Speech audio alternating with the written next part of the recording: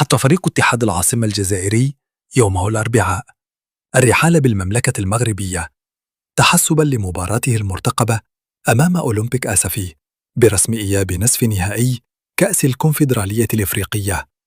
واختار النادي الجزائري مدينة الجديدة لاحتضان تربص إعدادي مغلق يمتد لمدة يومين، يتخلله برنامج تحضيري مكثف من أجل تجهيز اللاعبين بدنياً وتكتيكياً قبل المواجهة الحاسمة.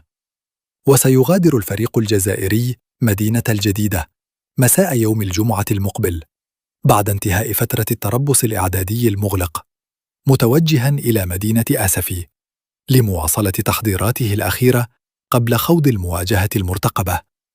وكان لقاء الذهاب بين الفريقين قد انتهى بنتيجة التعادل السلبي في مواجهة اتسمت بالندية، وشهدت طرد حارس أولمبيك آسفي حمزة الحمياني من طرف الحكم المصري أمين عمر.